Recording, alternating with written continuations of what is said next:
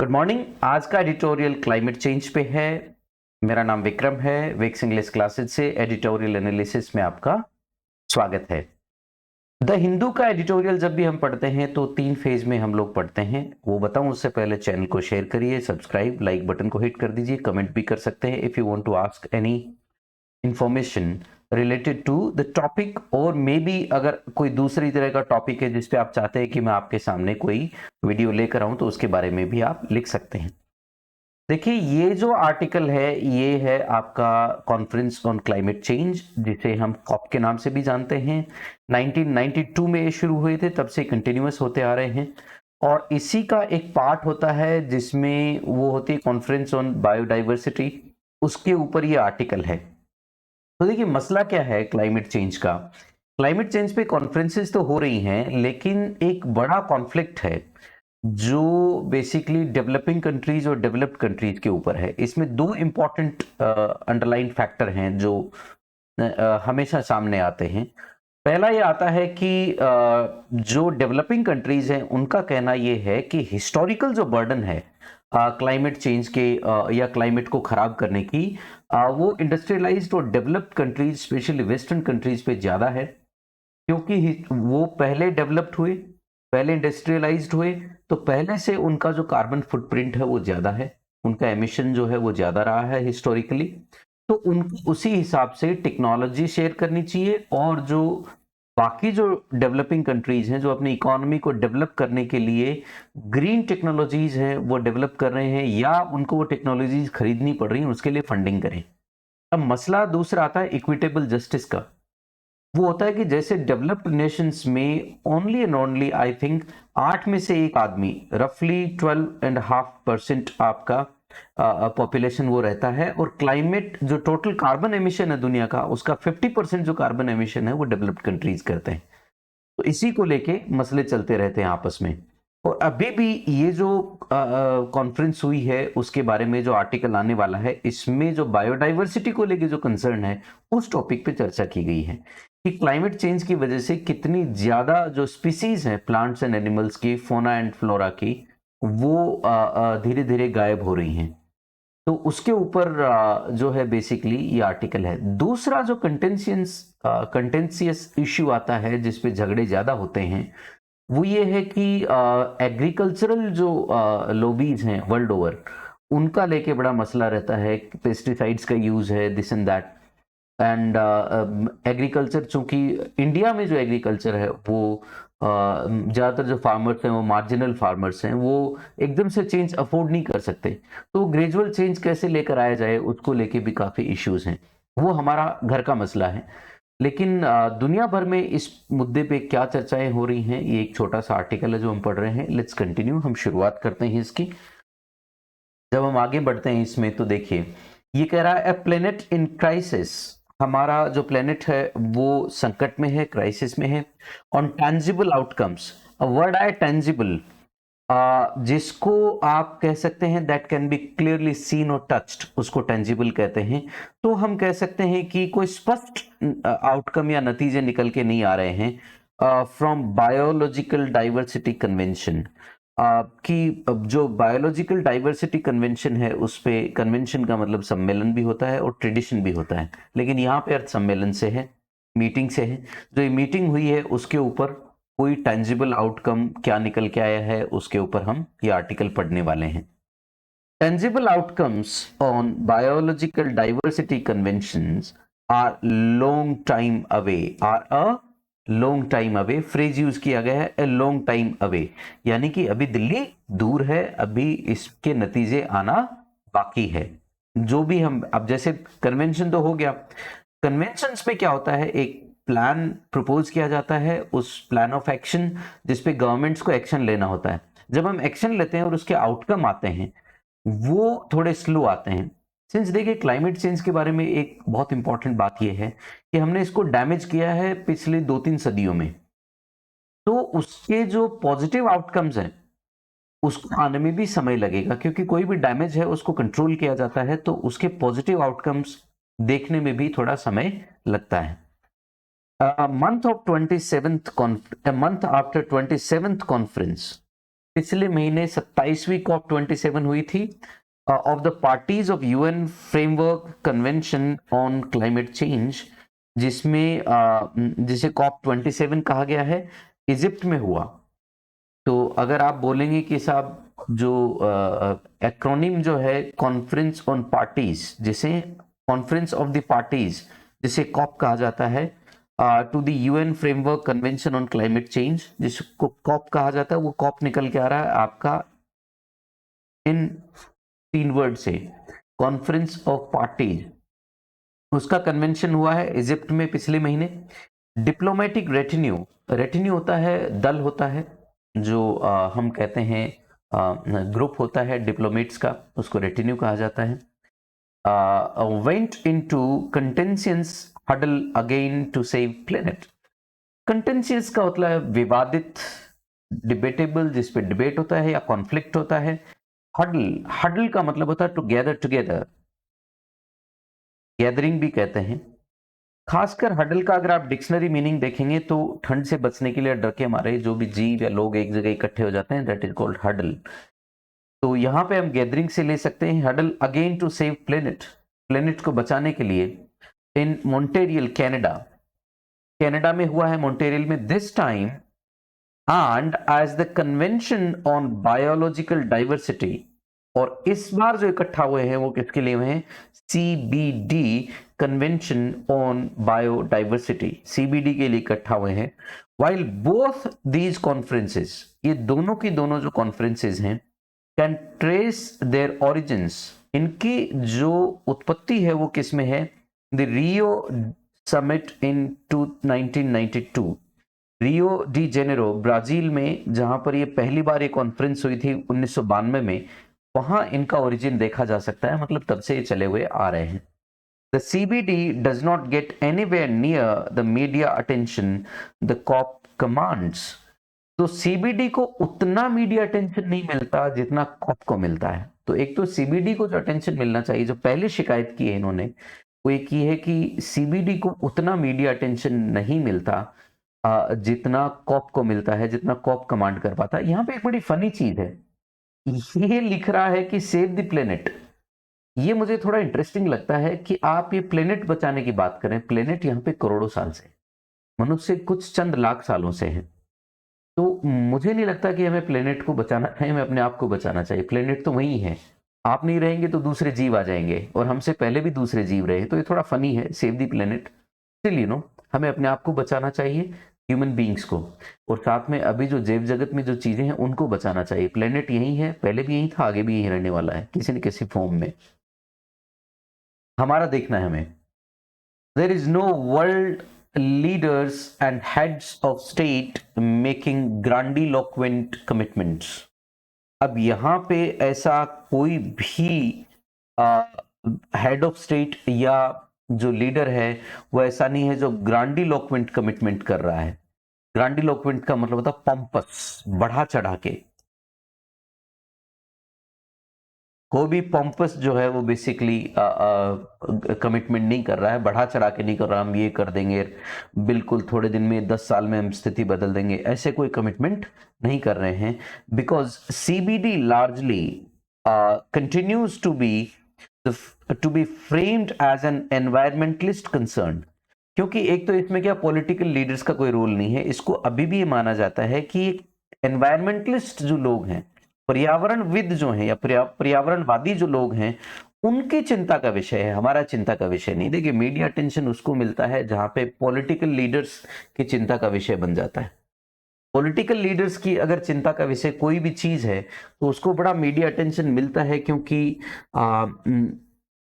Media is media after all, वो political funding पे चलते हैं। तो यहाँ पे है आपका what COP used to be. COP कैसा होता था? Until the forces of capitalism managed to reimagine the idea of a planet being inexorably which cannot be corrected, दोबारा cannot be reversed, उसको inexorable कहते हैं, जिसको वापस नहीं सुधारा जा सके, slow cooked in greenhouse gases to one that they may yet be saved by renewable energy sources। अब तक की ये जो कैपिटलिस्ट फोर्सेज हैं जिन्हें पूंजीवादी ताकतें कहा जाता है, उन्होंने इस प्लेनेट को ये नहीं मान लिया कि ये इनएक्सोरेबली स्लो कुक्ड किया जा सकता है in greenhouses gases to one that may yet be saved by renewable energy sources. जब तक इनको ये नहीं लग गया कि ये पक जाए, उससे पहले इसको रिन्यूएबल एनर्जी सोर्सेज से बचाया जा सकता है। तो कैपिटलिस्ट ने जो पहले कार्बन या फॉसिल फ्यूल में जो इन्वेस्ट करते थे, अब वो इन्वेस्ट कर सकते हैं किसमें? रिन्यूएबल एनर्जी में। जब तक वो इस चीज को लेके कन्विंस नहीं हो गए कि भैया रिन्यूएबल एनर्जी में भी प्रॉफिट कमा सकते हैं, तब तक कॉप पे भी कोई ज्यादा अटेंशन दिया नहीं गया। तो ये कहना चाह रहे हैं कि अल्टीमेटली वही होता है जो कैपिटलिस्ट लोग चाहते हैं, and the very least make some entrepreneurs rich. और अगर मैं कहूं कि जब तक ये नहीं तय हो गया कि किसी न किसी कुछ न कुछ जो एंटरप्रेन्योर्स हैं, जो बिजनेसमैन हैं, उनको अमीर बना सकता है। Unlike cyclones and melting glaciers, cyclones और मेल्टिंग ग्लेशियर्स के विपरीत, that have become visual aids, जो रोजाना देखा जा सकता है, टू ब्रिंग होम का मतलब है to make somebody understand the climate crisis brought by, brought का मतलब कॉज्ड बाय, यहां पे ब्रॉट का अर्थ है caused by, CAUSD, caused by invisible gases। Invisible gases कर रही हैं इसको। Biodiversity loss continues to be largely invisible. तो जो बायोडाइवर्सिटी लॉस है वो क्या है? लार्जली दिखाई नहीं देता लोगों को, despite it's victims being extremely visible. हालांकि इसके जो विक्टिम्स है वो क्या है? बेसिकली बहुत ज्यादा विजिबल है, यानी जो जीव जंतु जमीन पे घूमते हैं वही इसके विक्टिम्स हैं। बेस्ड ऑन करंट ट्रेंड, अगर हम करंट ट्रेंड्स पे की बात करें, द यूएन रेकन्स का मतलब होता है कैलकुलेट करना, an estimated 34,000 plants and 5,200 animal species including one in 8 of the world's bird species face extinction. यानी कि लगभग दुनिया की हजारों की संख्या में जो प्रजातियां हैं वो एक्सटिंक्शन फेस कर रही हैं। एक्सटिंक्शन का मतलब होता है वाइप आउट, विलुप्त। About 30% of breeds of main farm animal species are currently at high risk of extinction। जो हमारी जो फार्म एनिमल्स है जो हम पालते हैं हमारे लिए, उसकी 30% जो प्रजातियां हैं वो हाई रिस्क ऑफ एक्सटिंक्शन है, यानी उसके विलुप्त होने के चांसेस बहुत ज्यादा है। Forests are home to much of the known terrestrial biodiversity। इस जमीन पे जितनी भी जैव विविधता है उसका घर जो है वो फॉरेस्ट हैं ज्यादातर का, यानी जंगल हैं। But 45% of earth's original forest are gone. पृथ्वी के जो ओरिजिनल 45% जो फॉरेस्ट हैं वो गए, यानी कि वो विलुप्त हो चुके हैं। तो मान लीजिए 45% अगर फॉरेस्ट चले गए हैं तो प्रजातियां कितनी गई होंगी जीवों की? उन फॉरेस्ट में ज्यादातर जो बायोडाइवर्सिटी है वो जंगलों में होती है, वो तो विलुप्त हो गई उनके साथ ही। Cleared mostly during past century, और इन जंगलों को साफ किया गया है पिछले, यहाँ पे क्लियर्ड का मतलब होता है साफ करना, पास्ट सेंचुरी में।